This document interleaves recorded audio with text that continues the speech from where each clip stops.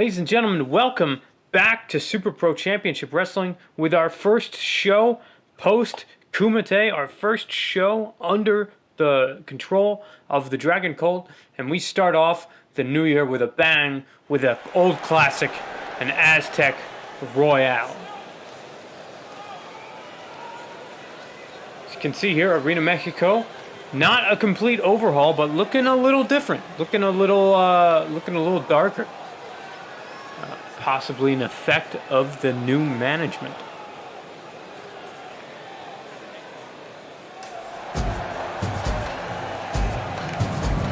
And right away here we see that tonight's Aztec Royale will be different than the previous two featured by this run of Super Pro Championship Wrestling. As this one will feature contestants from the women's divisions, both the welterweight and the junior middleweight divisions.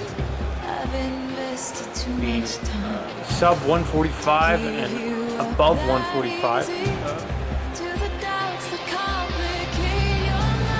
respectively.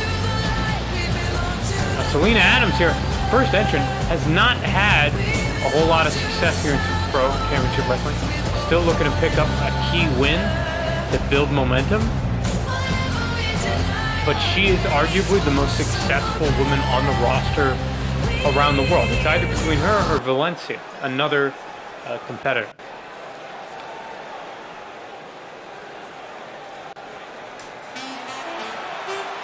And here our first big debut of 2021, Deanna McCabe. She's been signed for a while, but in a very crowded junior middleweight division. It was a little hard to find a spot for her. She looks to make a splash here in Aztec Royale. Maybe to push her way through to the top. Especially recently. There is a lack of definitive challenge for that junior middleweight championship after Lex Elkins just steamrolled through La Asesina back at Super Pro 9. So a win here, a win in this Aztec Royale, even though it is not a ranked match and will not count to your win or loss record, it could be enough to give you a title shot in this situation.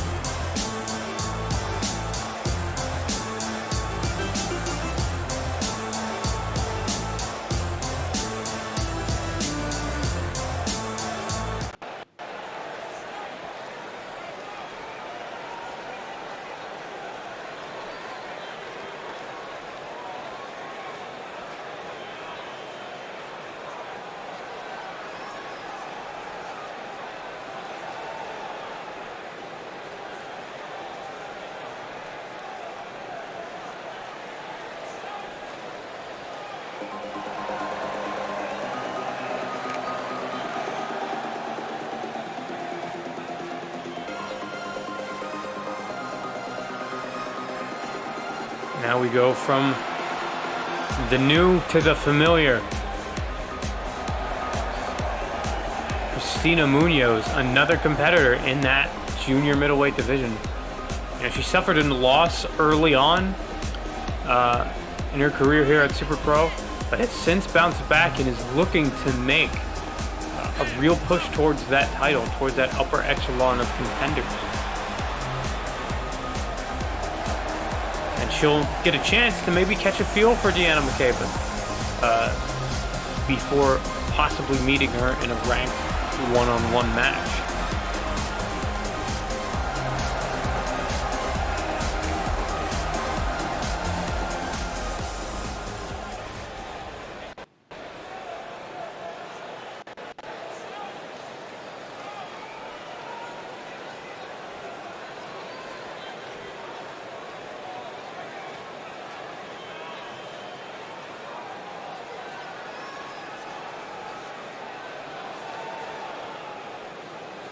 We await our next entrant. I think something's brewing. Don't get sidetracked, come on. Wait, we know that music. It's $1 million in the motherfucker. And we know that surname. That is Hija de Juarez making her Super Pro Championship Wrestling debut. announcing herself with that logo, with those colors, with that patch, and with that music. As the newest member of La Cosa Nostra, she joins her brother Juarez Jr. De Juarez. Long time, she's been working a lot of smaller shows here in Mexico. Been known as a bit of a troublemaker, a little bit living up to that name that her father and her brother set before. We'll have to see if she has what it takes.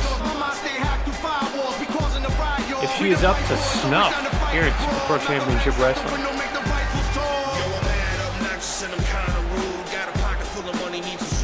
The kids call her HDJ for short sometimes. Not sure if that'll catch on.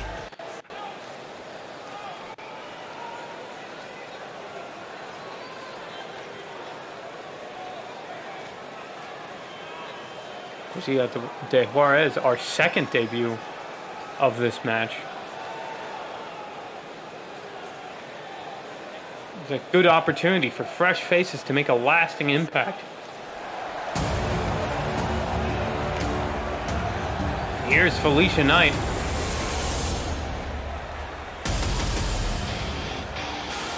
She main evented the first Super Pro Championship Wrestling show way back in, I want to say October of last year. Not even 2020, 2019 rather.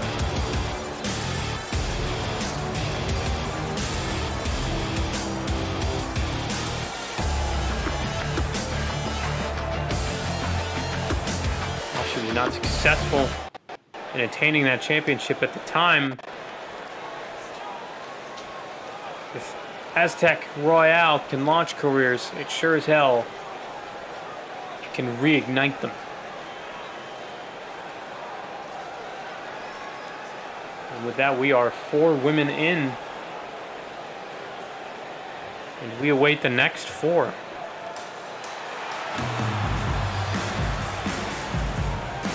That's the music that we have not heard before. Beverly Hill.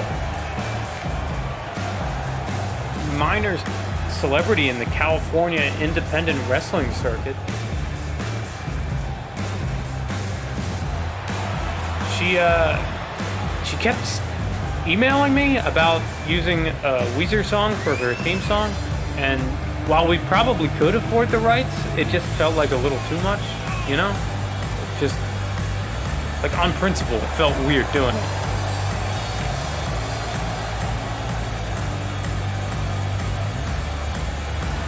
She's also, that is 3 new debuts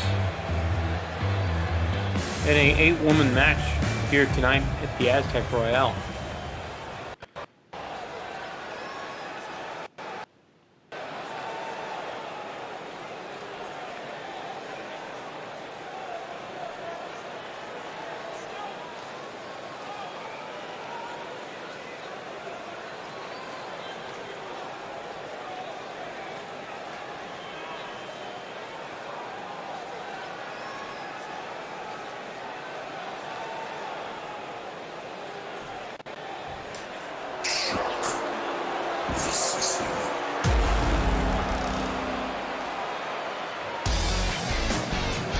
I mentioned earlier that Selena Adams was one of the most decorated women in the world when it came to professional wrestling. Valencia, arguably, right there next to her.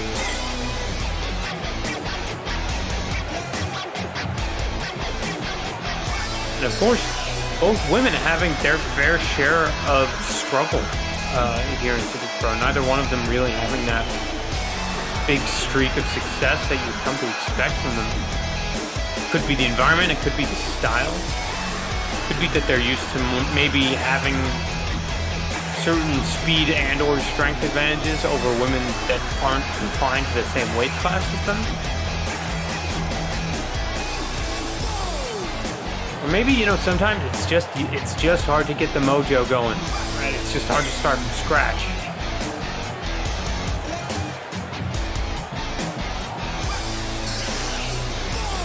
But if there is anything that you can snowball gotta be the Aztec Royale.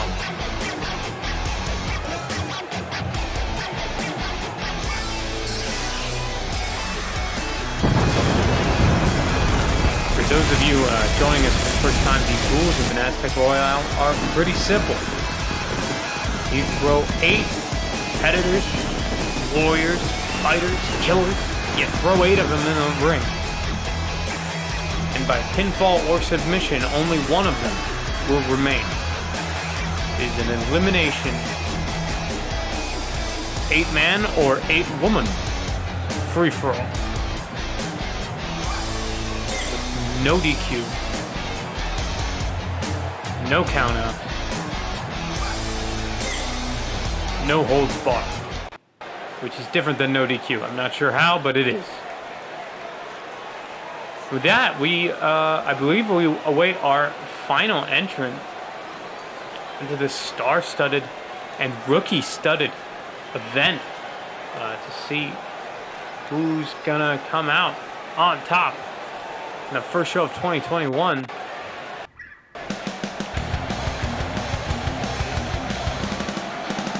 And we know that music.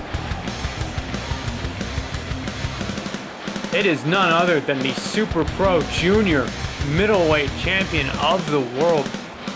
Undefeated in Super Pro as of right now, Lex Elkins.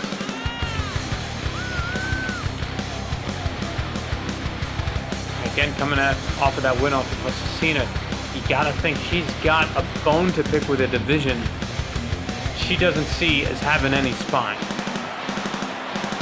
She looks upon all of the kingdoms she has conquered and wonders, is there any more?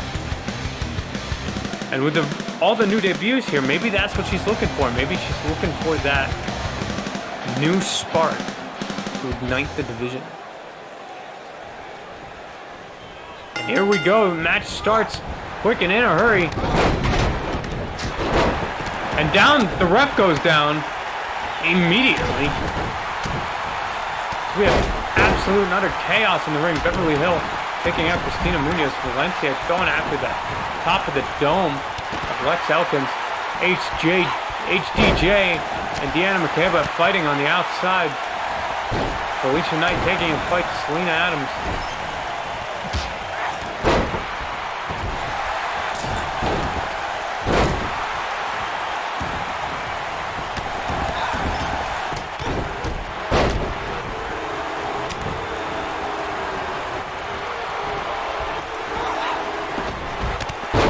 Selena Adams dumps Felicia Knight to the outside. Usually my rule of thumb with these.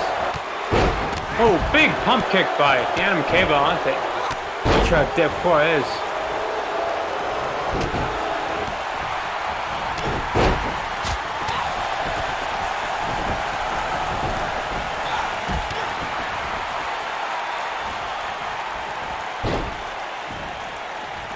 Beverly Hill hitting Valencia with that guillotine slingshot on the ropes. Valencia knocking her to the floor for her troubles. Looks like Elkins may have been going for a power slam. Gets interrupted. You got that Juarez. Keba recovering on the outside. Beverly Hill and Valencia fighting now on the inside. Both California girls, but not necessarily in the Katy Perry sense.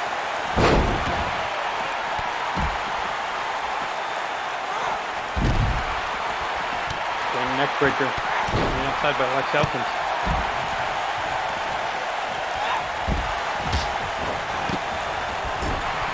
Valencia thrown into the corner.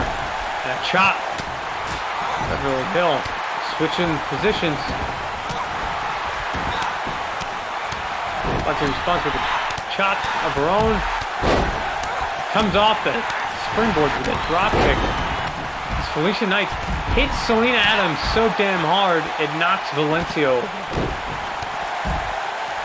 Felicia Knight, undoubtedly the largest contestant in the match. She will be looking to throw her weight around.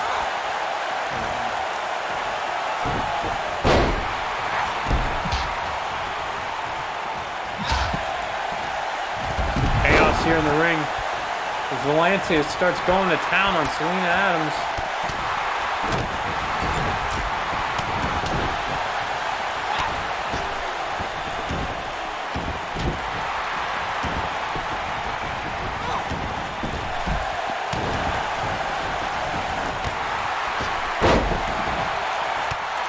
Munoz attacking the base of the Mikeba there, forcing her to roll out of the ring as Lex Elkins drives Ika de Juarez through the middle of the ring with a power bomb.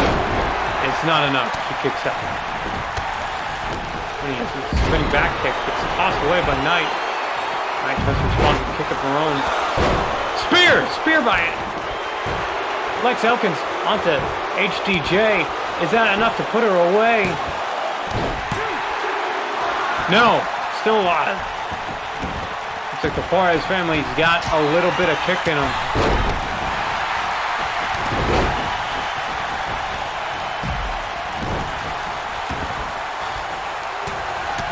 Juarez might have a little frustration. Going after Christina Munoz. Trouble Paradiso by Christina Munoz. Juarez has eaten a lot of offense here tonight. It still kicks out. Valencia forces Beverly Hill to retreat to the apron. The Mikeba takes care of Felicia Knight on the outside. Selena Adams interrupts. Valencia on the top rope now. Seemingly waiting for Beverly Hill to stir. Christina Munoz up the top rope. Lex Elkins interrupts, knocking Valencia from her perch. Now Beverly Hill going on the offensive. Lex Elkins then went for a cover. Looks like she got haphazardly interrupted by Felicia Knight. As Ian though cars. Now I'm not entirely sure what she weighed in at, but I'm assuming she's a welterweight, but she has been going straight for the junior middleweight champion. See Beverly Hill hit that massive elbow drop off the top rope onto Valencia. Valencia kicks out.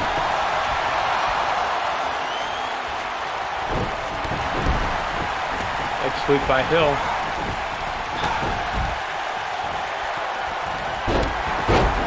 Now the on-track crossface. And a round kick to Beverly Hill by Christina Munoz, execution style. Each night covering Selena Adams. And it's enough to put her away. I did not see what move did it, but Selena Adams continues to struggle here in Super Pro Championship Wrestling as she is the first eliminated. Head and arm choke variation. Felicia Knight on Christina Munoz. Trying to use that weight to bear down on their opponents. And Munoz is probably pretty easily the second strongest here, or second largest here. It's going to be a little less effective throwing your weight around against her. Hill goes for the opportunistic cover. It's not enough. Now Deanna Mikeba, kind of gory flatliner. Goes for the cover. The ref a little bit slow to get there because of the submission. And that is finally enough to get rid of HDJ, to get rid of Hija de Juarez. She's taken a lot of damage here tonight. I don't think there's any shame in that performance whatsoever. Munoz, spiral tap onto Valencia. Is that enough to put away the veteran? No.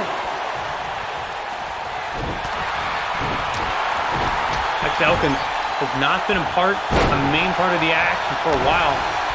Christina Munoz goes for that Trouble in Paradiso, misses. It's her legs cut out from under her. Forced to roll out. Now Valencia turns her attention back to Beverly Hill. These two have been battling off and on throughout most of the match. Super kick! And an arm trap.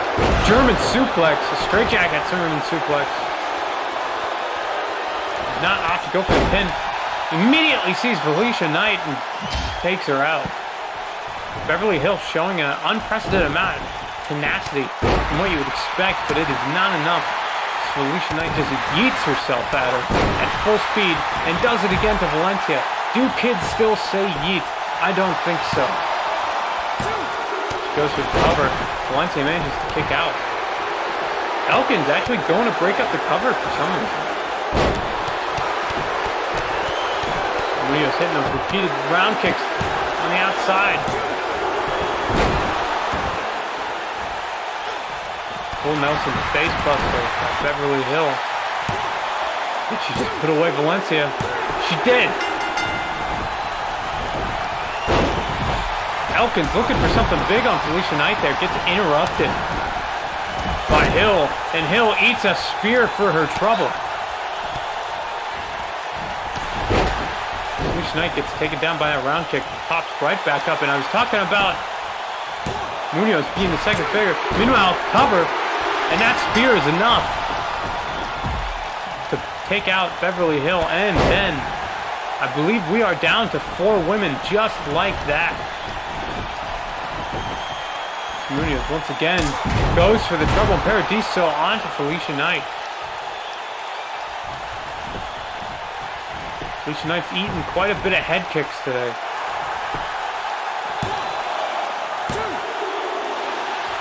But not enough to put her down for good as she kicks out. Now Munoz turning her attention back to the newcomer, Deanna McCabe.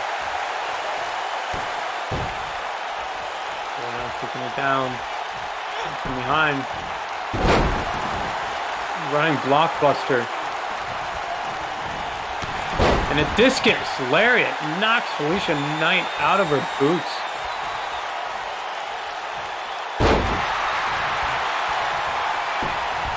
Munoz begins to stir. Should be noted that all of the women left in this match, I believe, are all junior middleweights. The results of this could be very, very indicative of our next contender for that title, especially considering that if any of these women win, it means that one of them will have, any of the women who is not Lex Elkins wins, it means that one of them will have to pin Elkins to pin the sitting champion. And McCabe is very much aware of that as she hits that enziguri and that handstand elbow drop and just repeatedly attacking the midsection of Lex Elkins. Felicia Knight knocks her off. I think these women understand the implication of what it means to pin Lex Elkins. I don't know if they're going to let one of the others get that glory. In an elimination match, that's usually not the case. In an elimination match, you usually don't care who pins who as long as you're still alive. And Knight eats a spear. Elkins has been handing those out like candy here tonight and gets another pinfall out of it. And now Christina Munoz and Lex Elkins squares off. 2 women competed very early on in the Super Pro Championship Wrestling relaunch. And 1 woman who's made her debut remain in this match. And Munoz is going to want to do a lot more of that. She's going to want to use that range as she hits another shot, execution style, another round kick. She's had good luck with that tonight. Those long legs serving very good tools to establish distance, which is what she wants to do. She's got 2 opponents here that are quite a bit shorter than she is. And she can hit them from a farther distance than they can hit her as she squares Lex Elkins down with another trouble in Paradiso. And Deanna McCabe being opportunistic, going for the pin off of that move is not enough to put Elkins down, possibly because of the delay between the trouble in Paradiso and the pin. She goes again. Elkins still has the energy to kick out. Now a round kick to the back. Felicia Knight making her way toward the back now. Gets her up. SOS.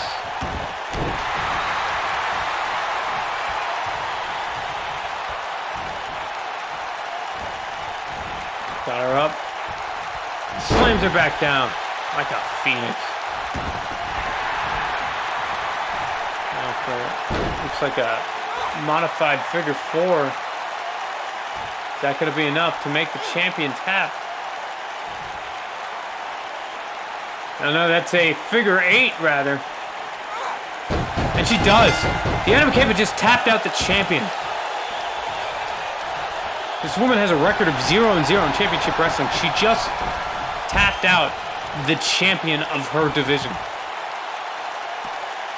Now, if she could get past Christina Munoz in this final, I think we have ourselves a new #1 contender. I gotta say it. That's what makes sense. Deanna Makeba be the breakout star of 2021 here. Goes for a little bit of flamboyant kick of her own. Misses. Interrupted by Munoz. Side kick to the gut. Makeba's showing a little bit of variation in her offense here. Getting a little bit more versatile, a little bit more dynamic.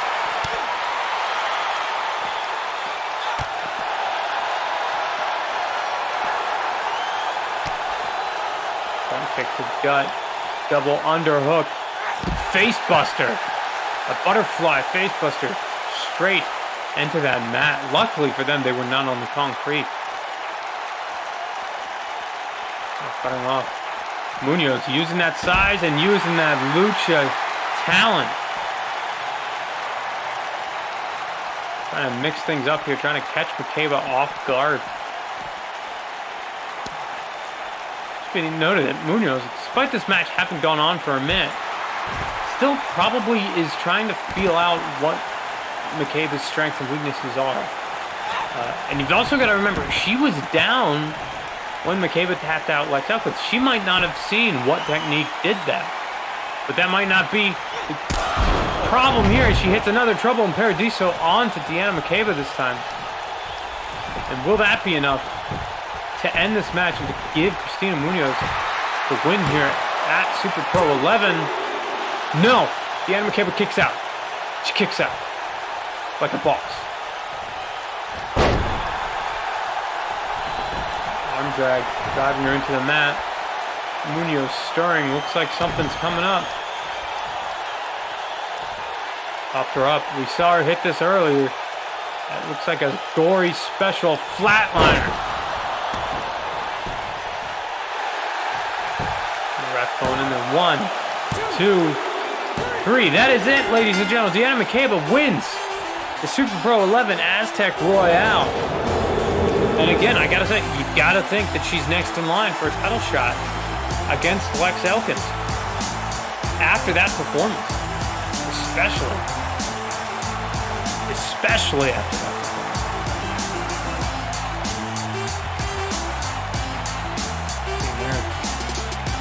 Highlights from different women. Munoz coming with those kicks as she always does.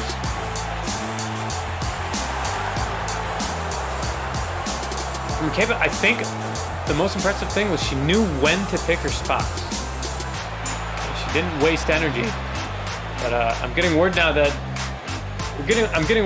Drake, the Dragon King, is coming to the ring. And here he is as Makeba clears out. Curious what it is our new owner has to say. Looking a little distressed, actually. All right, let's get this over with. Because as much as I like hearing the sound of my own voice, I certainly don't like it being heard by the likes of you. There is a championship-shaped elephant in this room that needs to be addressed. Because when I won the Kumite by annihilating everyone that stood in my way, I not only earned the right to call Super Pro mine, I earned a title shot at any Super Pro championship I choose. Now, the funny thing about the phrasing of that is that it doesn't specify that I have to choose a current Super Pro championship. So what I'm going to do is I'm going to go back into the annals of Super Pro Championship Wrestling history, and I'm going to pull a belt long since retired. The Super Pro Hybrid Championship is going to make its comeback. And for those of you who are unfamiliar with the concept, the Super Pro Hybrid Championship is a belt not held by men, a belt not held by women. It's not even a belt held by tag teams, it's a belt held by factions. It can be defended in singles, in triple threats, in cage matches and ladder matches, traditional tag teams, trios matches, atomicos matches, just about anything you can name. And the hybrid championship can be changed hands from faction to faction through that manner. And as it is sitting currently vacant, I suppose I could just award the Dragon Cult the championship. But I'm not going to do that, because I am so gracious. Instead, we're going to have a match tonight between La Cosa Nostra and a faction yet to be announced. It's going to be a trios match, and the winner of that match will face the Dragon Cult for the Super Pro Championship Wrestling Hybrid Championship. And there we have it. A stunning turn of events. I'm not really sure what to say. We have a hybrid ranked match, a brand new division, I guess, that's going to be competed with between factions. We have a trios match come out first. Is La Cosa Nostra. La Cosa Nostra, I don't know if this is the team you want to pick on when you start a new division. All the way to the ring.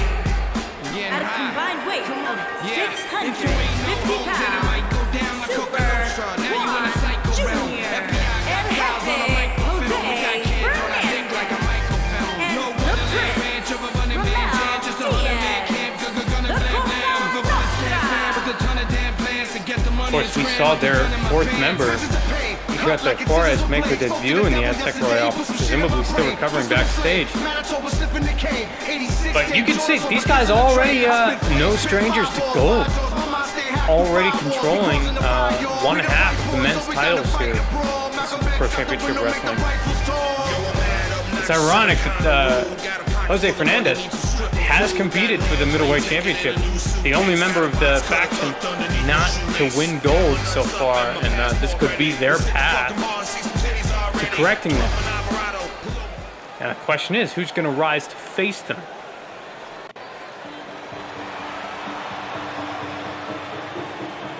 And their opponents. What a deep cut! It's Team TKO! 651 pounds. Buzzsaw Braddock, Cole Quinn, and El Mago. It's El Mago, the legendary luchador. It's Buzz Braddock, Boston's own. And it's Black Hole Cole. He's done some cool stuff in Japan, you guys. I swear he has. I don't know why he wears that when he comes down here. I mean, why would you just like throw on a mask because you're in Mexico? Like, that's like the dumbest thing. But anyway. Now, these are three men with storied careers of their own. Juarez Jr. doesn't seem to give a shit. Going straight after Buzz Braddock. Buzz Braddock also a competitor in the Super Pro Championship Wrestling middleweight division. The other two members, not roster members at Super Pro. Could this be setting a precedent for more crossover between wrestling promotions in regards to this championship? I don't know. We're seeing Team TKO, 2KO rather, having very much a long history with each other. A very well-oiled machine. You would expect that from the Cosa Nostra. But this is their first time competing as a trio.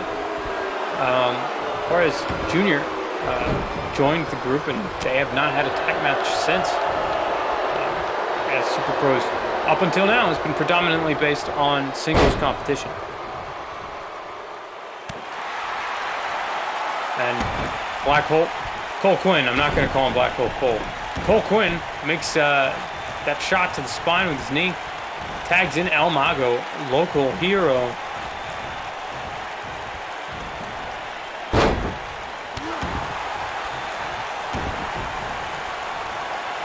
Again, I heard El Mago has a kid kicking around. He's been talking about joining 2KO, I guess. We'll have to see how that turns out.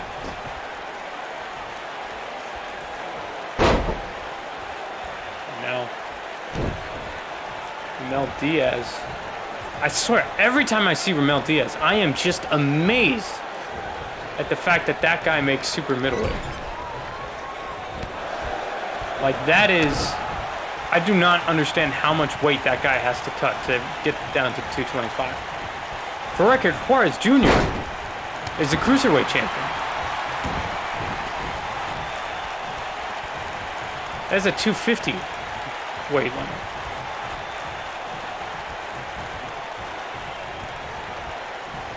El Mago pacing the ring, getting a feel for it. Drop kick in the corner. Dangerous maneuver there, running into his opponent's corner, maybe asserting a little dominance. So, kicks him up with the knee and brings him back down with the neck breaker. It's opposing momentums. El Mago short and stocky.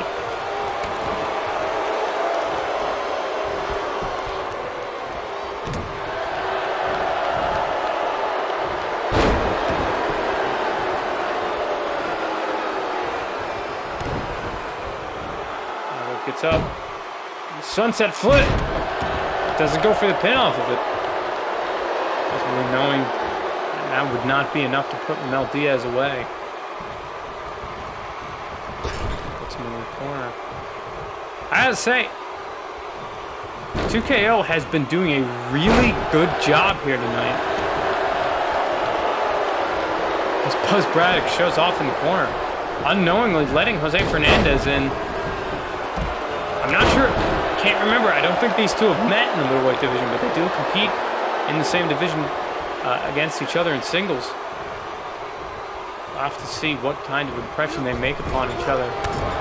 But Braddock again, just working them back into his own corner, back into that home corner.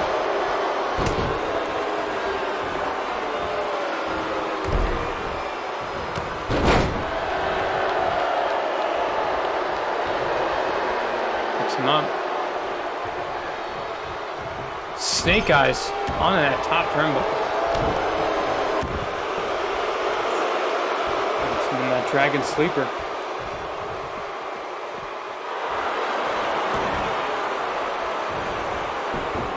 Oh, Fernandez going for that low drop kick. And goes to the midsection instead after it's countered. Back elbow in Zaguri.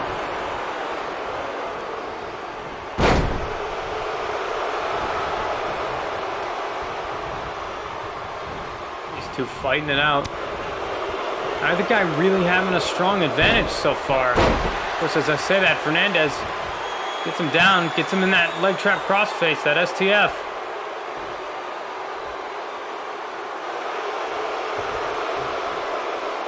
But Braddock fights out of it. As Bass Rudin once said, we don't tap to pain. We'll have to see if that remains true here throughout the night.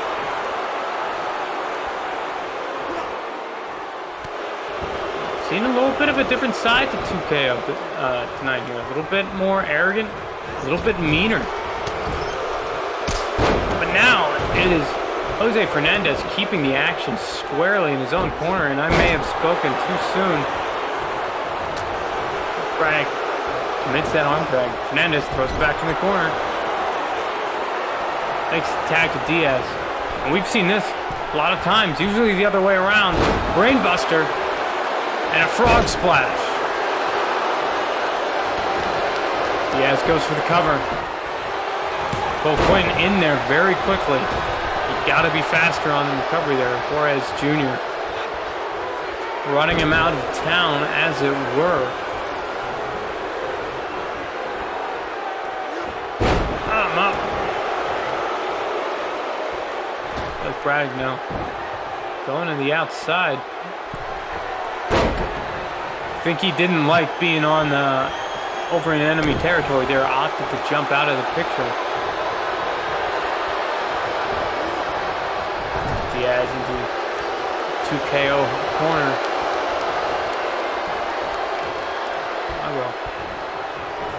Oh, assisted DDT into a wheelbarrow. Back suplex.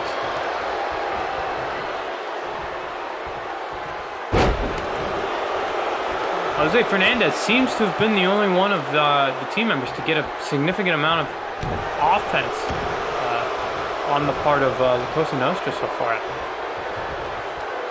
2KO maybe just a little bit too fast for Ramel Diaz and Juarez Jr.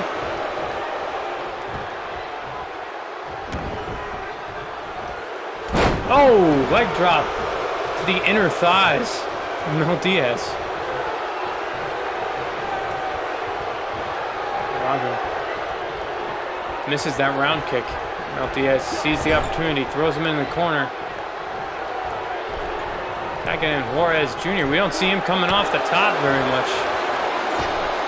Oh, but when he does, it is effective, putting all of his weight down onto the chest of El Mago.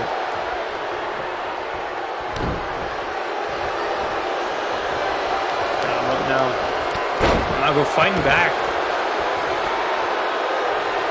Taking every little opportunity he can. Goes low, hits the leg sweep. What's he looking for here? Oh, running lariat.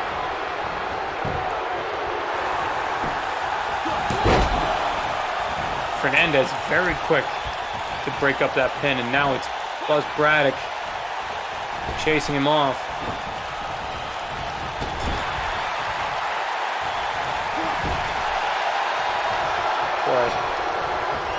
Reversing position puts Mago in the corner. Nobody puts Mago in the corner except for Cosa Nostra. Now all three members just harassing him. All in Spanish. My Spanish is not too good, but I know if the audience at home could hear that, they'd probably be bleeping it. Gets him up.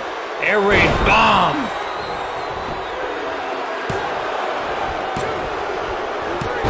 And this time, Buzz Braddock is too slow to catch it. As the Cosa Nostra move on to face the Dragon Colt for those hybrid championships.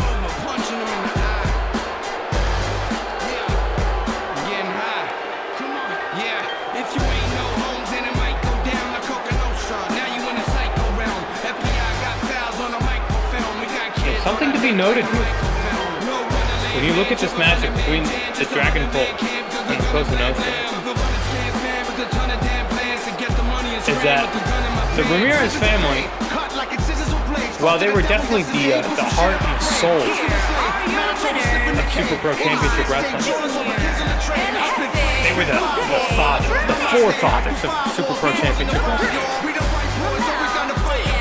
The Juarez's are the fierce Wigan uncles of Super Pro Championship Wrestling, and they are not going away. But we move on to a match with very high implications in the middleweight division, because there is a hole in that middleweight division where Hiro Ramirez once stood. He has been banned from competing. So as far as who's going to take on Orochi for that middleweight championship, it's going to be one of these two guys. Just logic dictates whoever comes out of this match with a win. Most likely going to be your next challenger for the Super Pro Middleweight Championship of the world. Making his way to the ring from New York, weighing in at 160 pounds, Alexander.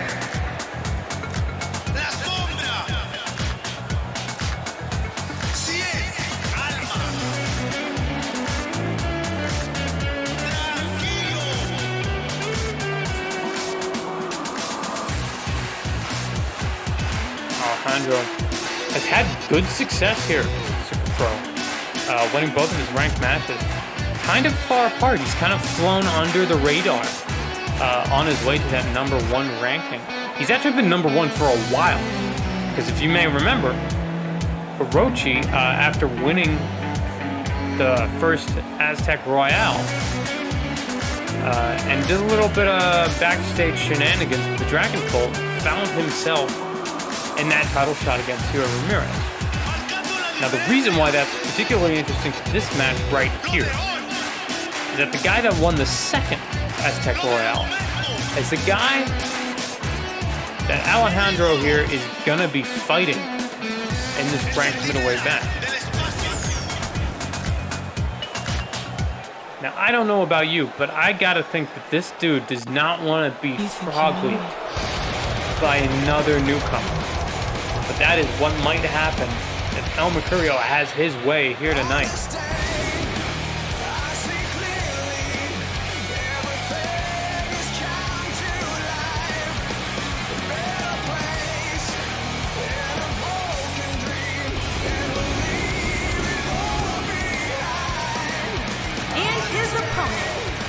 From Toronto, Ontario, Canada, weighing in at 193 pounds, magnificent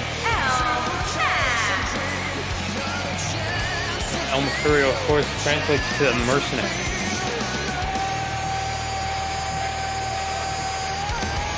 This is a man with a very simple goal. Make money, leave. And the best way to make money in this business is to win. The best way to make money in this business is to win gold. Betting, that is utmost at the forefront of his mind right now as he stands here in Mexico City, taking in this crowd.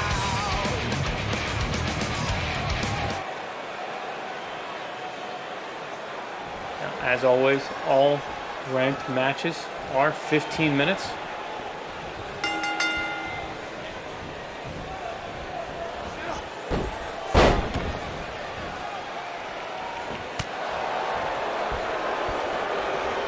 Now starting out strong against Alejandro. Whoa, going for that crossbody, gets launched about 90% of the way across the ring.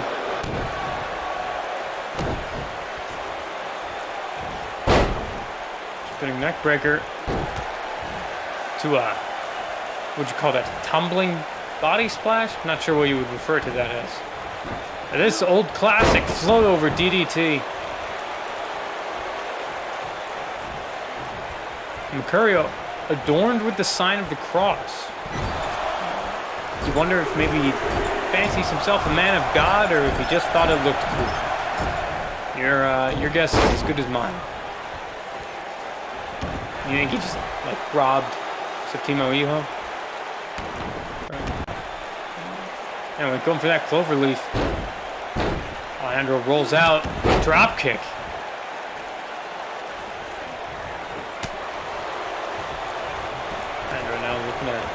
Came back a little bit of momentum. Knee shot to the gut. Guillotine. And then that bottom rope leg drop. Goes for the pin.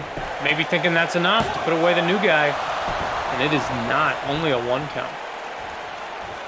So possible Alejandro just wants to put him through his paces. Wants to see how he responds to things. Eats that front kick to the face. Almost a side kick. Almost a super kick. Not quite. Goes under. Oh, looking for something else there. Gets sidestepped by Mercurio. Does not save him. Mercurio's just been at the victim of those ropes here tonight.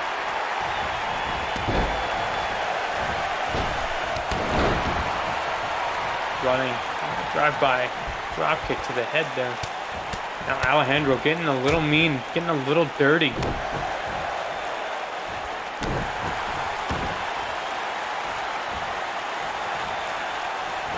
Out of it, responds with a knee of his own. Oh, knee breaker. That'll fuck up your career right there if that lands wrong. Down kick to the back, goes for the pin. Alejandro kicks out. A little slow to his feet there, but otherwise looking like he's moving just fine. Goes for the discus knee strike to Mercurio. Favoring those knee strikes. Both men are here tonight.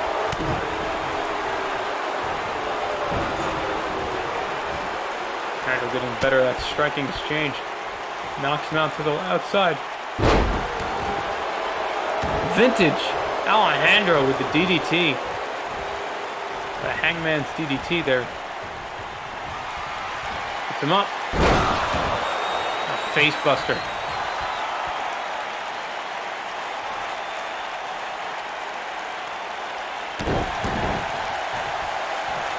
Alejandro now goes for the pin. Maybe waited a little bit too long. Maybe shouldn't have appealed to the crowd. Mercurio out. Alejandro goes for that gut kick.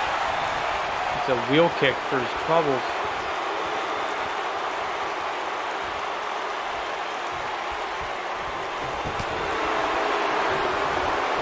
Now Mercurio gets his leg caught. Has to pay the price. Gets put on those ropes again. I don't know what strategy he had going in before this match, but it appears Alejandro thinks he has an advantage in using the ring to his repertoire, to his offensive game plan, using the geometry of... Oh! Goes for the cover.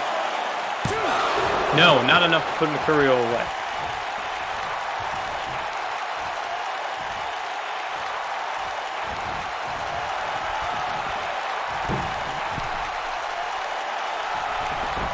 Alejandro now on the top rope. Went up for that Hurricane Rana, presumably. Gets a powerbomb instead. Underestimating the strength of Mercurio. Mercurio puts Alejandro in the corner. Comes up. Backflips out of the way. Now he's coming off the ropes. Big lariat. Big clothesline.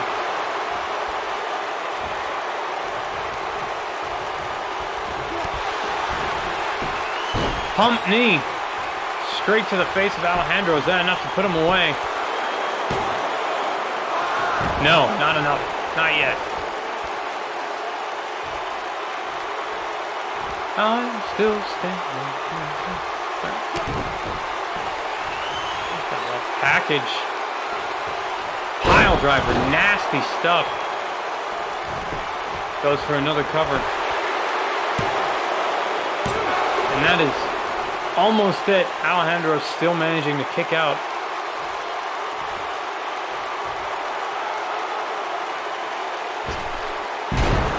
Mercurio with that physics-defying springboard moonsault off the center rope. Got him up suplex.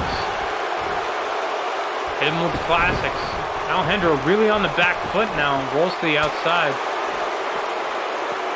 Mercurio smartly avoiding, does not want to let Alejandro dictate where the match takes place. And maybe Alejandro 2 steps ahead as he hits that Hurricane Rana. Watch those legs. Maybe picking somebody up. Alejandro once again rolls to the outside. This time Mercurio meeting him out there. Alejandro not able to lift Mercurio. But who needs to lift somebody when he can just knock the shit out of him, I guess. So much so that he almost passed out from the effort. I can't imagine what Mercurio's feeling right now. And again, using the environment to his advantage, putting him off those barricades. Mercurio pushes him off. Float over DDT onto the cement. That is not a padded area.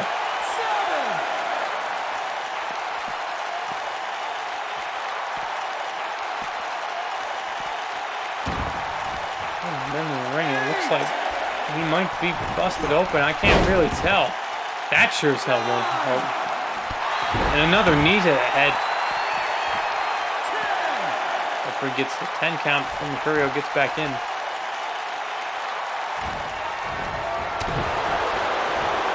Fighting him off. Big cross body there. attempting it again. Whoa, Alejandro's back up. Hurricane Rana. Goes for the pin. 2. No, Mercurio kicks out. Ladies and gentlemen, this has been a back and forth battle. This is high-speed chess with dire consequences. And the ref is down. Alejandro looking to set up something big, and god damn it, our referee is resilient. He's already back up.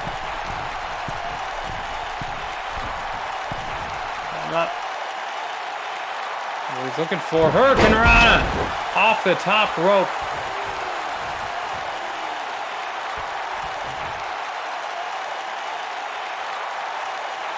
Alejandro now not sure what else he can throw at Mercurio. Doesn't think that he can get the pin right now.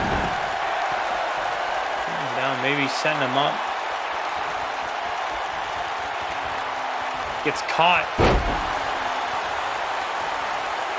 Mercurio's got him as a sharpshooter.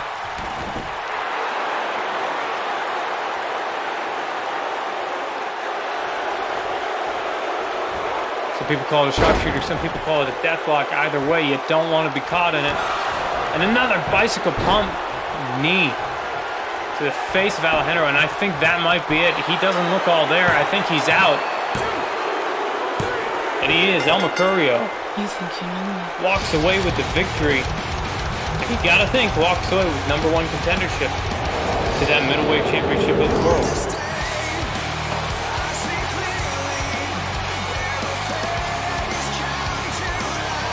Whatever you say about this match, you cannot say Mercurio was not forced to work for it.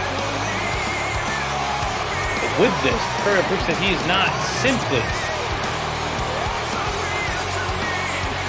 flash in the pan. He had one good Aztec Royale match. No, this is a contender that is here to stay.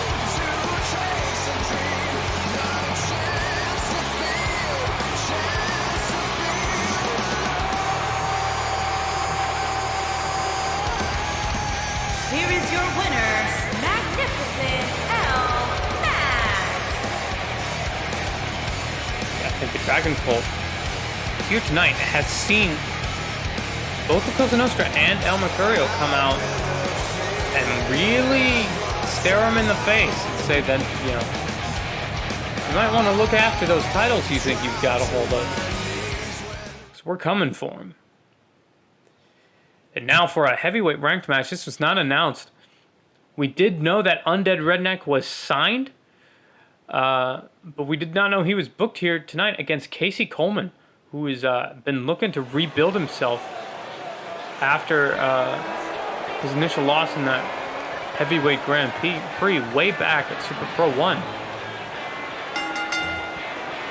Making his way to the ring, accompanied by Dallas Coleman. And from Venice Beach, California, weighing in at 265 pounds, Cowboy Casey Coleman. Now the Coleman brothers.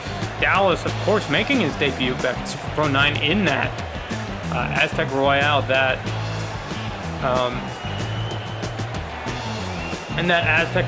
Mercurio won.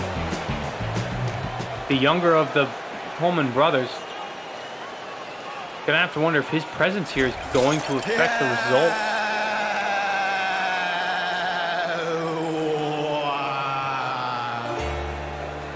And his opponent, from Louisville, Kentucky, weighing in at 450 pounds, the Redneck Unbreakable.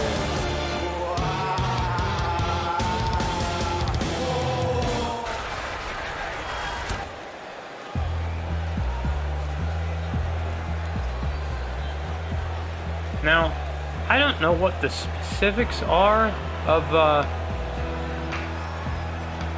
Undead Redneck. I don't think he's associated with the Dragon Cult at all, which is really the only place we've seen this level of I'm just gonna say it, this level of weird shit. Usually don't see that outside of our great king and his court. Oh, did he just knock over a camera? Come on, man. We do not pay the camera guys enough for them not to sue us for that stuff.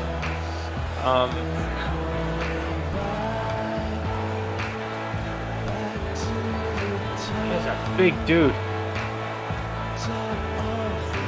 I mean, I feel like he could have just walked into the ring. I don't know.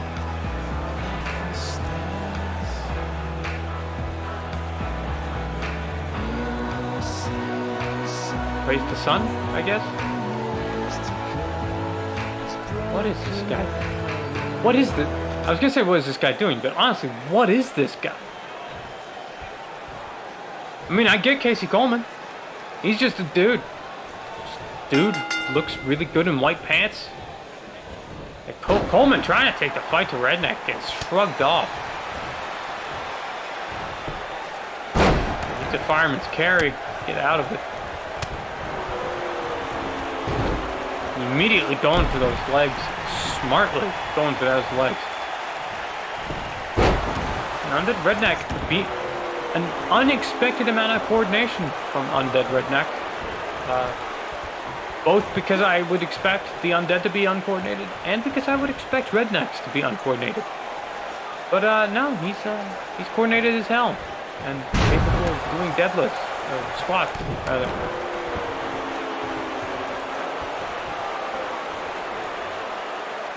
Coleman, you gotta think, this is a weird sort of shock to the system that he's dealing with here.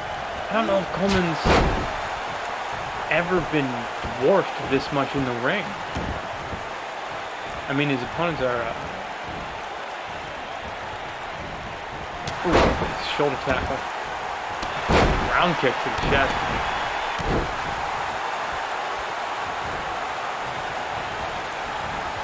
Coleman now laying him out with that lariat.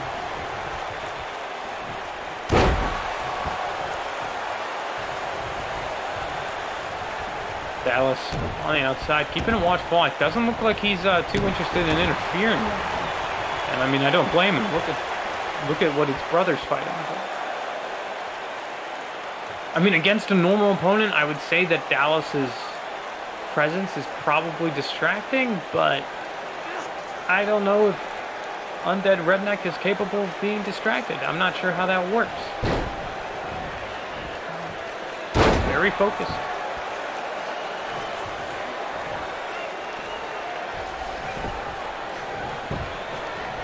Now going for the pin. Only a 1 count.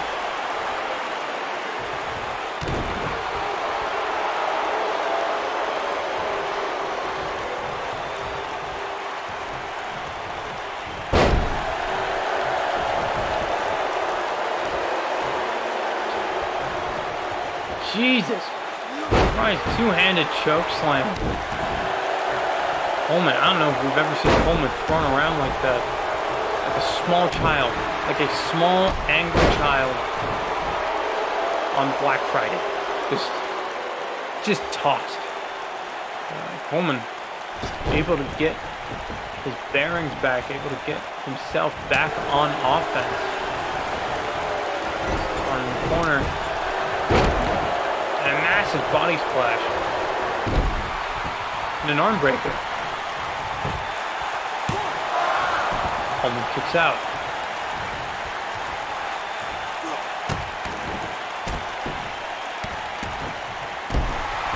You know, when you're driving elbows into those traps, I feel like it might hurt your elbows more than it hurts the traps. You know what I'm saying? And Coleman responding with an elbow of his own, goes for the cover again. It's 2 count.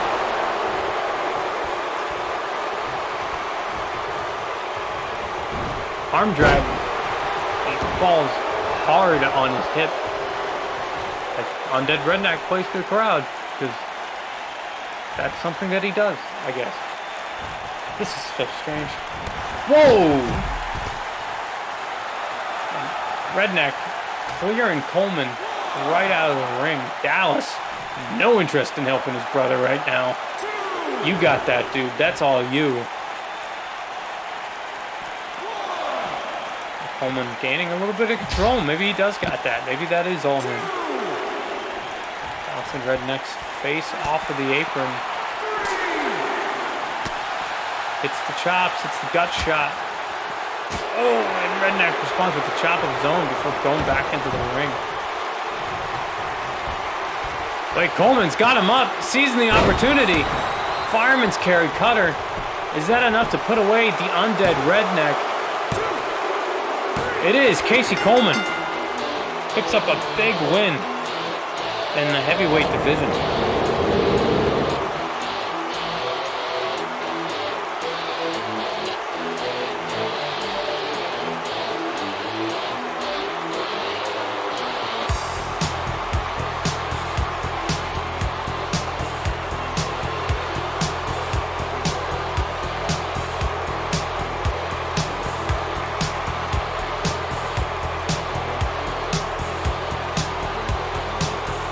Coleman now advances to 2-1 in the heavyweight division.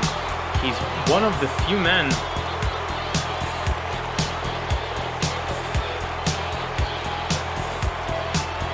I was gonna say he was one of the few men that hasn't lost to Yamashita, but that is untrue, because he did lose to Yamashita back in the opening round of the Super Pro Heavyweight Grand Prix.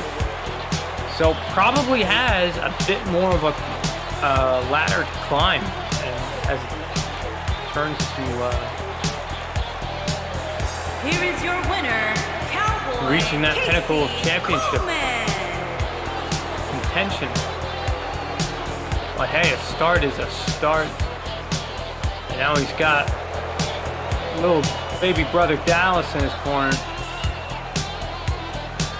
Coleman's got to be feeling pretty good about himself. And I mean, I would. Look at the guy.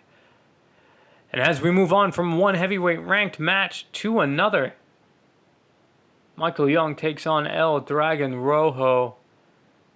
A match that was set up pretty last minute here, as Michael Young was very adamant about getting a shot at Rojo. Michael Young does not want to be governed over by these guys.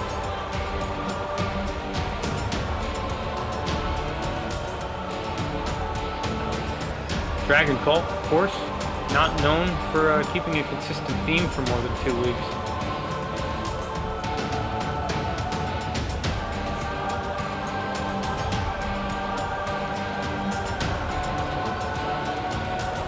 Here he is, flanked by Ichi and Ni. El Dragon Rojo makes his way. The following contest is scheduled for one fall. Making his way to the ring, accompanied by the Ninja, and from Hidalgo, Mexico, weighing in at 277 pounds, the Dragon. Dragon Rojo, of course, the right hand of the Dragon King.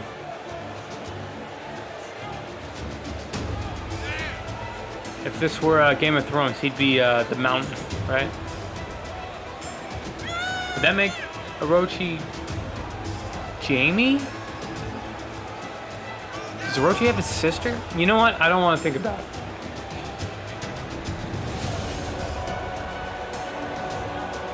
Here he is, flanked by Ichi and Ni, the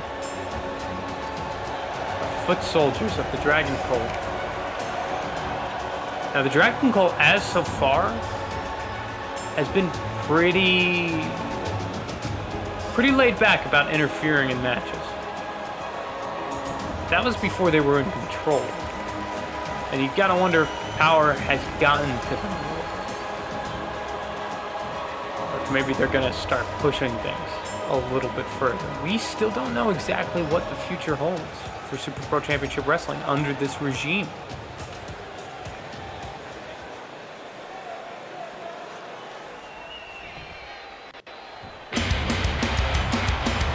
Here he comes, the Vindication Heavyweight Champion.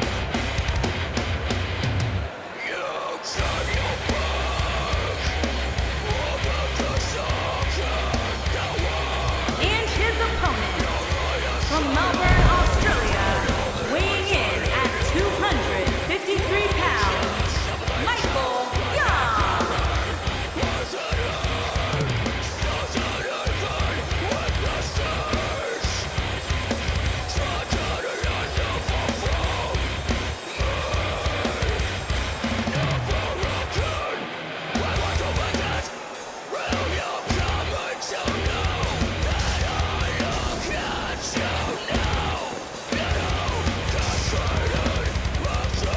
might be taking note of my uncharacteristic silence, and that is because there's very little I can say about Michael Young that has not been said 1,000 times over.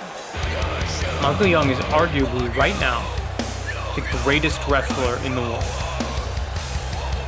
He's NIEW Heavyweight Champion. He's Vindication Heavyweight Champion. He's the #1 contender for the Super Pro Heavyweight Championship after being a finalist in the Super Pro Heavyweight Grand Prix back at Super Pro 5.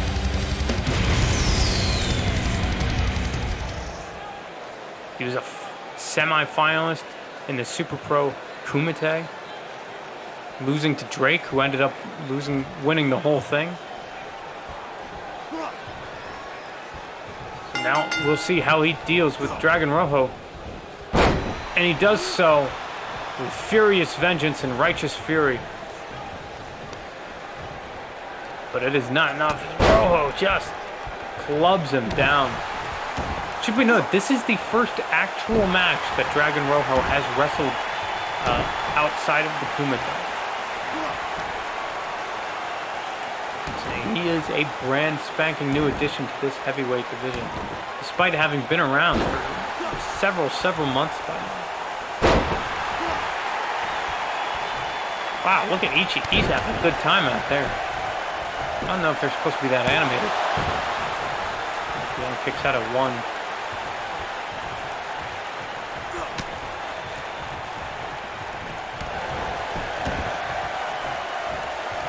Michael Young, at his size and at his weight, is going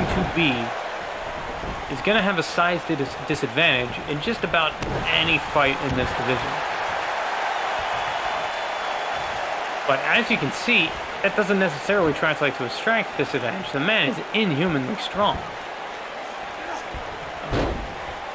He's like as proportionally strong as one might argue Pistolero is, but actually big. It's kind of insane. Michael Young there, shrugging off Dragon Rojo. Rojo does not appreciate it. Drives him down with a power slam. Kicking the man while he's down.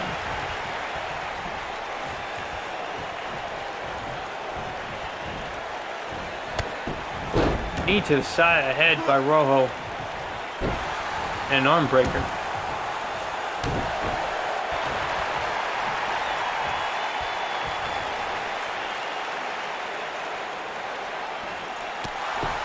Michael Young fighting out of it. Low kick. Pump handle. Into a power slam.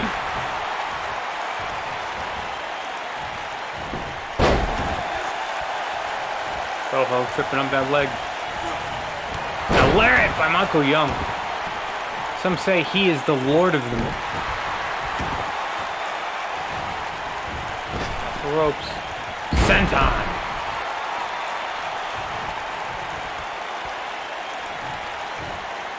Inverted DDT with a lift.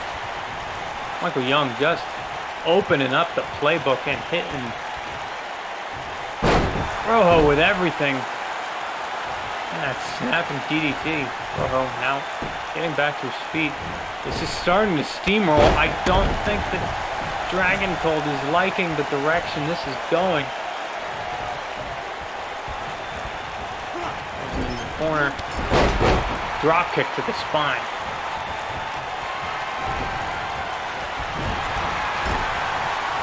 Over the corner misses. Gets him up for a brain buster. That might be it. That move has put away a lot of... Wait, that's knee. That is getting up in the face of Michael Young, letting Dragon Rojo recuperate. Little... Oh! I don't know if I would even bother recuperating if I had that lariat waiting for me. Now Michael Young looks for that patented... Yes, there it is. German suplex. Into the Painmaker. And this time, knee is up, distracting the referee. What is this? What is going on? And body check by Dragon Rojo, taking advantage of the opportunity. It's got him in that Dragon Sleeper, Dragon Rojo Sleeper? Dragon Sleeper. Monkey Young fighting out of it. With those knees. Saito Suplex!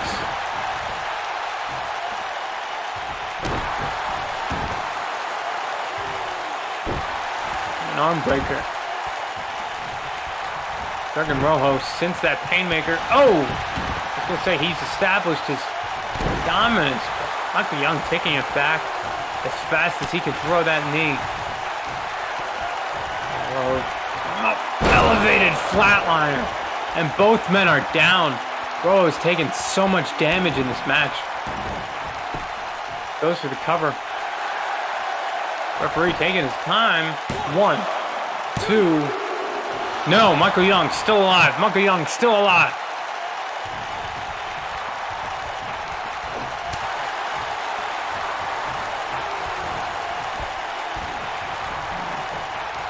Sending Michael Young to the outside. Now, if there's any direct interaction with Michael Young, Super Pro rules dictate that it's a disqualification, but in the guy that owns the company, he kind of dictates what disqualification. So who knows what counts? Double axe handled it back and just beating him down. I think Michael Young has been surprised not only by the tenacity of Rojo, but by the willingness of the Dragon Cult to step in and buy him more time. And while I would still say Michael Young has the advantage in this match, that margin is getting closer and closer with every passing minute. And Young senses it. He wants to put it away fast. He wants to end it before this can continue, before this any more harm can be done from the outside forces of the Dragon Cult. He's got him up. He's looking for it. Pride rules! No! No! Knee once again interrupting. Michael Young hits the inverted. And again, calling Michael Young to this has got to stop. You can't let this keep going on. Dragon Rojo coming back to his feet. Michael Young tries to stop him. Rojo's back up, belly to belly.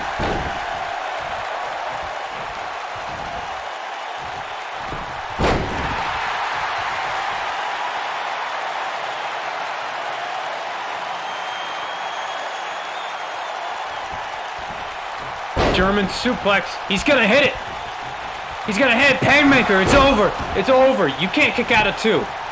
You can't, there's no way. No. No.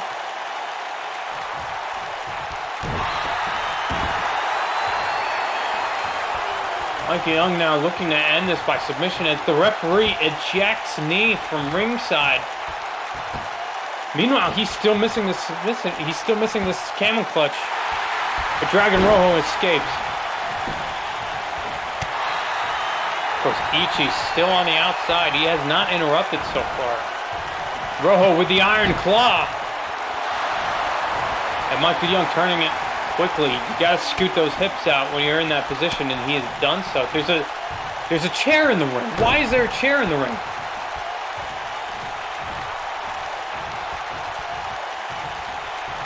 Michael Young with it. Elevated brainbuster. Brainbuster. Sees the chair, considers picking it up, opts not to. He wants to win this match.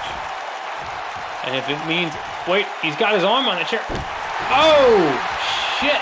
The referee lets it go. I guess that's a happenstance. Michael Young. Extreme situations call for extreme measures. Hits the elbow drop off the top rope. Ooh, yeah! Dragon Rojo fighting out of it. Back he's got him in a fireman's carry. And a Samoan drop. As the referee gets rid of the chair. Whoa! Shooting star headbutt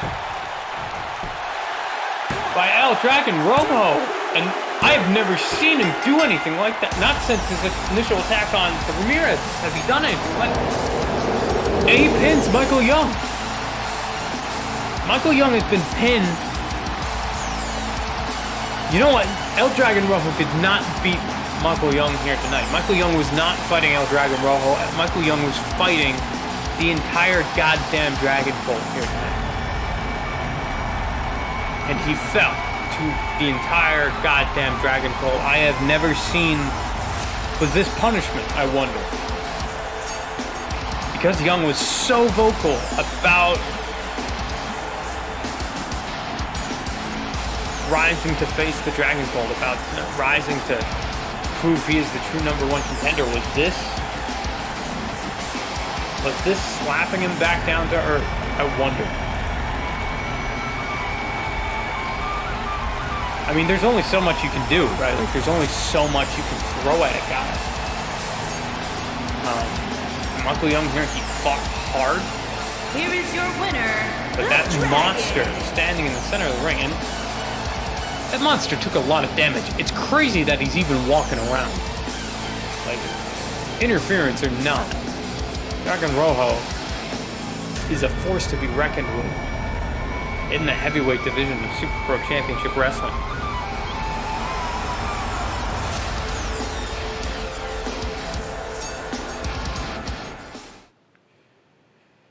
Of course, we move on now, trying to put that behind us. We move on to our only announced match prior to Super Pro 11. That is Isaac versus Alex Perez. Again, you can see there in the rankings, #1, #2.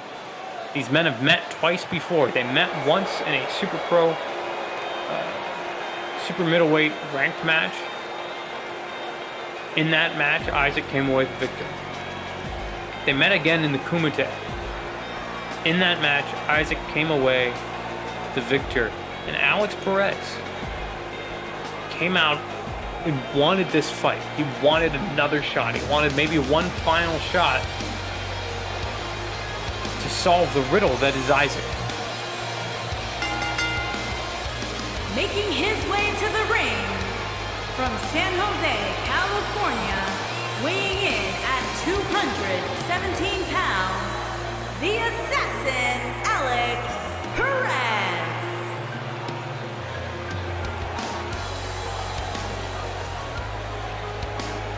Perez now making his way to the ring.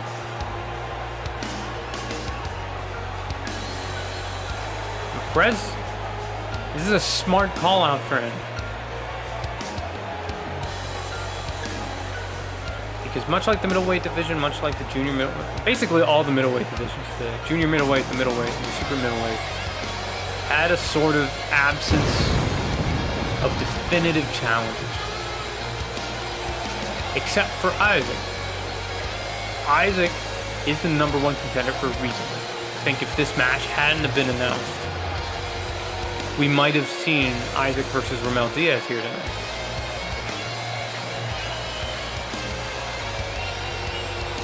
But instead, we're going to see Isaac versus Alex Perez. And this is Alex Perez's chance to change history, to change what has happened between him and Isaac before, and to move towards a future that might see that Super Pro Super Middleweight Championship around his waist.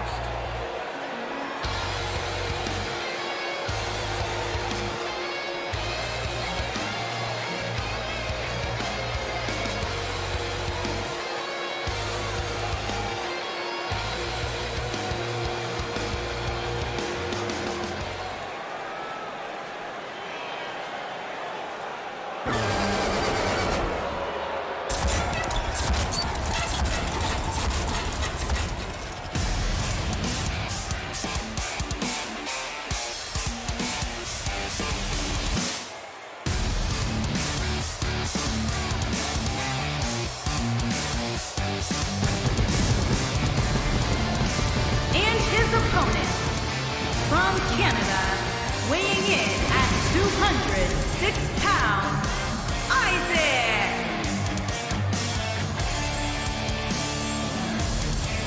Now it is Isaac making his way down to the ring. And for Isaac, this is a tough match. This is a very dangerous match. It says a lot that he took it so flippantly. Because Perez is a fighter. Perez has taken Isaac to the wire.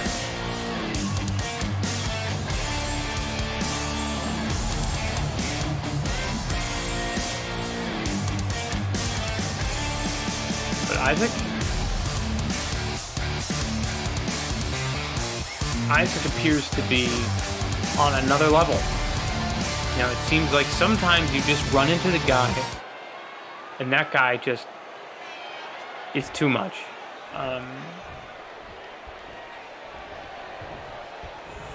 Daniel Cormier once said,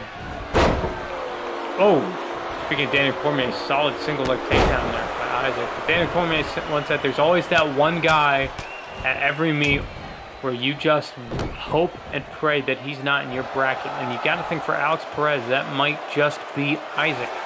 Because Isaac gets to a very fast start, attacking the legs. An inverted figure four here.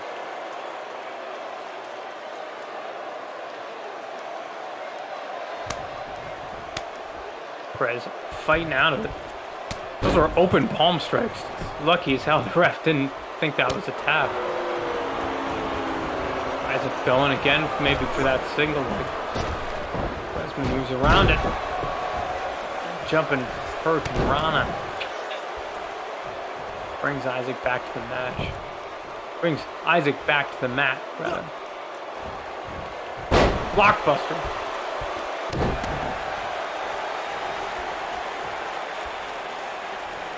And Perez letting Isaac get back to his feet. Maybe not the best idea, or maybe it is. Who knows? Swinging neck breaker there by Perez onto Isaac. The arm trap. And a five-sided arm breaker onto Isaac, trying to take away the weapons of Isaac. These weapons that Perez is so familiar with. And I've seen that Isaac just a little bit too slow on that striking exchange. He makes the adjustment, goes for the neck breaker instead, and now further attacking that neck of Perez with a single-handed choke. And Isaac goes to the top rope.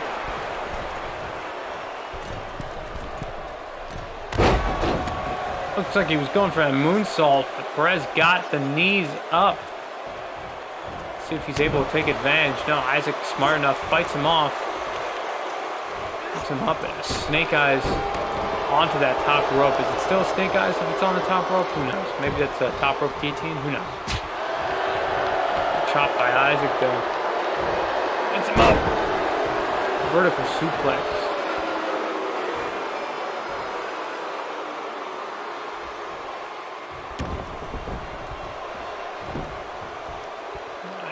Further attacking the legs. Perez, that has been a bit of a theme here tonight.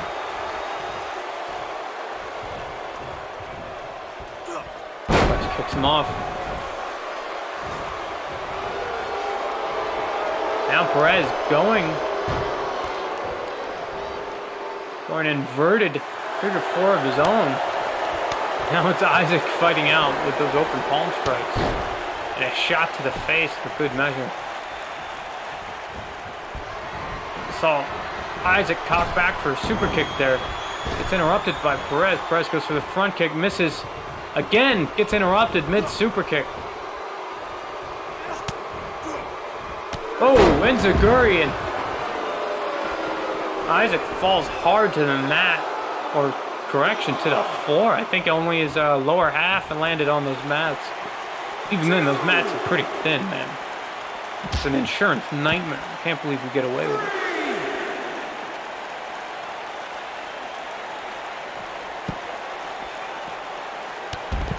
Hesitation drop kick there to the side of the head of Isaac.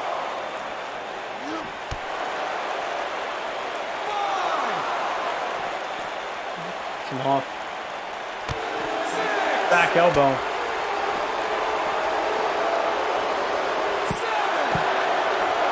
And a neck breaker of his own there. Isaac. These two continue to go back and forth outside the ring. Up until now.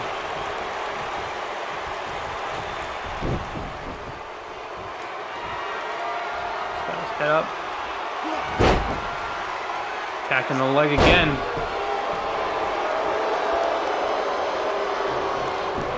In the corner. Looking for that super kick. Could not hit it standing. Instead waited for Perez to try and recover, but Perez fights back from the bottom with that up kick. And a drop kick to the spine.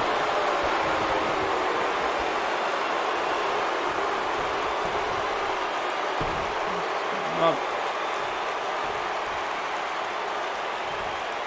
Oh!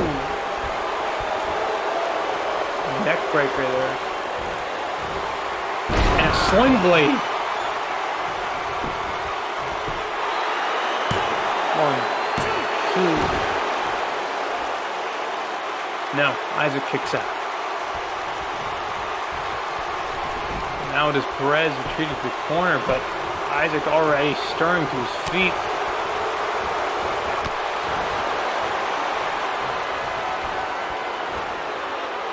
Got him up.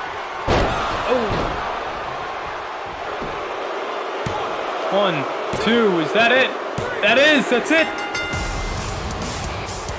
That fireman's carry face breaker puts away Perez, and Isaac solidifies himself and his position as #1 contender here in the super middleweight division.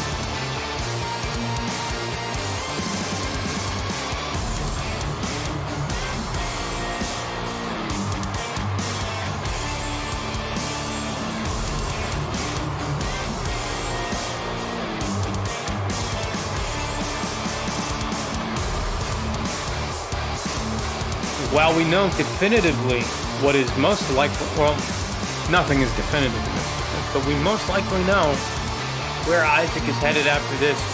It will be interesting to see where Perez goes. He now is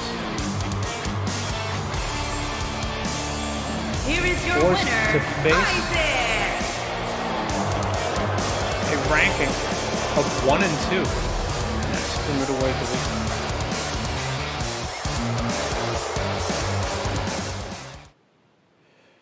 And now, I'm getting word this is our final match of the evening. Our main event will be a welterweight championship match between Babe Dillon and Shelly Kimball, both sitting at 2-0 apiece. The following contest is scheduled for one fall and is for the Super Pro Welterweight Championship. Shelly Kimball coming out. That is not the normal theme Shelly Kimball comes out to.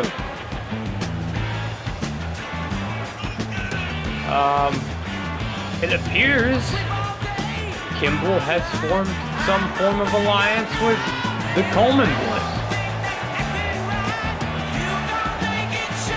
I don't exactly know the details. I don't really want to know the details, you know. But if Michael Young's match against the Dragon Pulse, anything to be said, that presence on the outside of the ring could mean the difference between life and death here for both Shelly Kimball and our welterweight champion of the world, who's making her way to the ring now.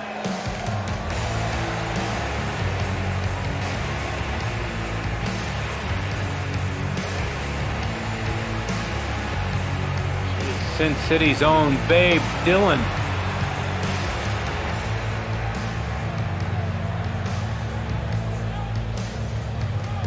Way down in the ring. Babe Dillon, of course, was an alternate to get that title shot. Way back against Hija de la Luz.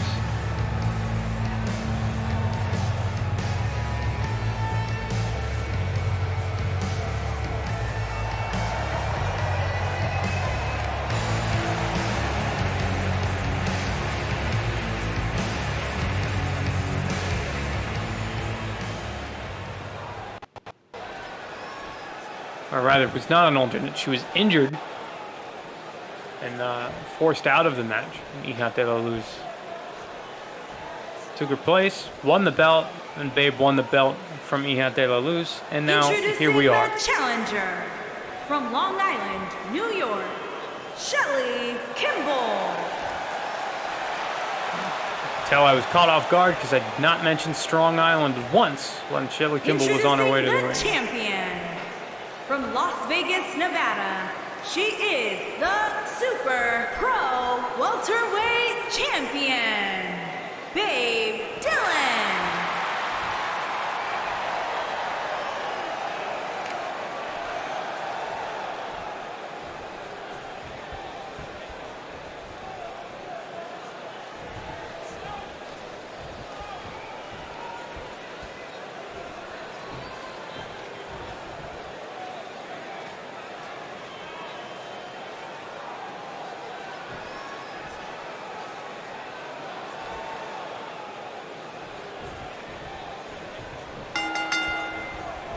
Here we are. The match starts off. These are two competitors. The definitive champion, the definitive...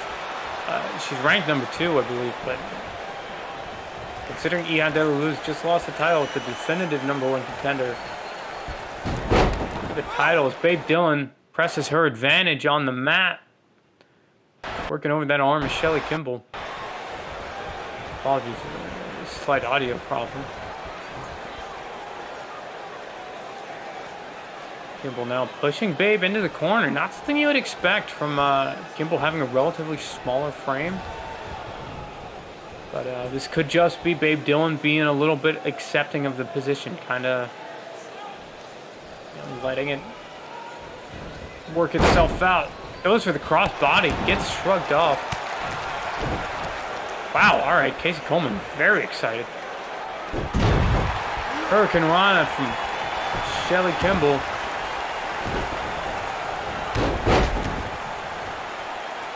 A drop kick to the knee by Babe Dillon. There's a bit of a clash of styles between these two. Babe Dillon very much the prototypical modern wrestler. Shelly Kimball a little bit more of a throwback, a little bit more old school. The unitard and the white boots didn't give it away.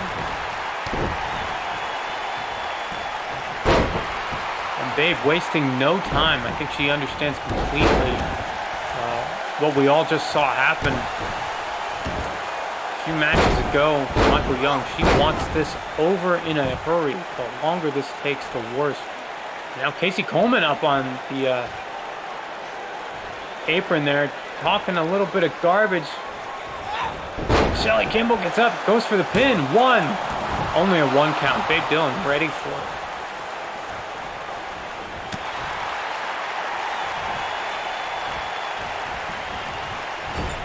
Shelly now.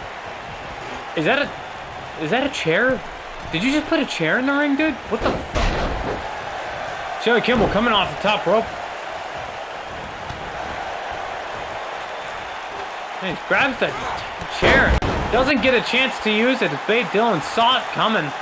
Hits a single leg dropkick. That could have been absolutely disastrous for the champion. But again, having a little bit of forethought. Keeping our eye out for foreign objects and interlopers. Kimball ducks under. Comes up. Hurricane Rana.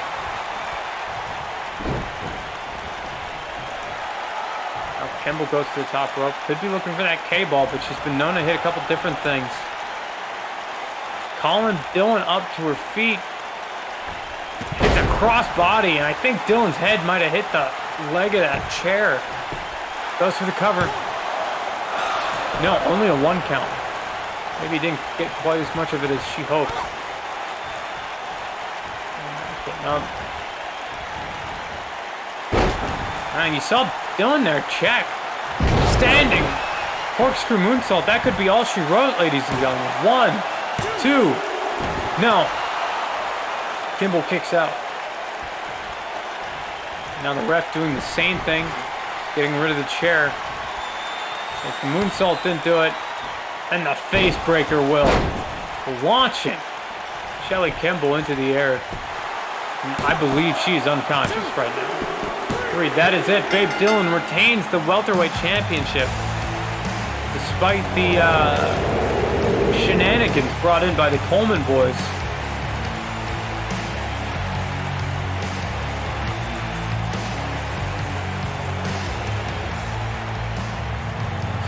A very fast-paced, high-intensity match here to end the night. Babe Dillon strengthens her hold on that welterweight championship.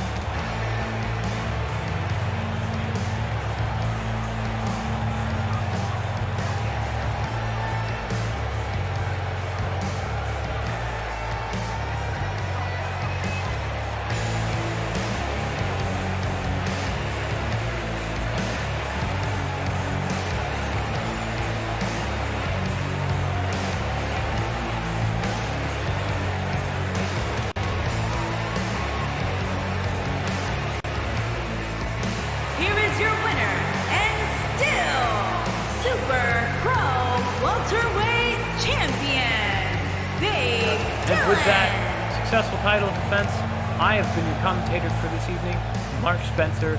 Good night, ladies.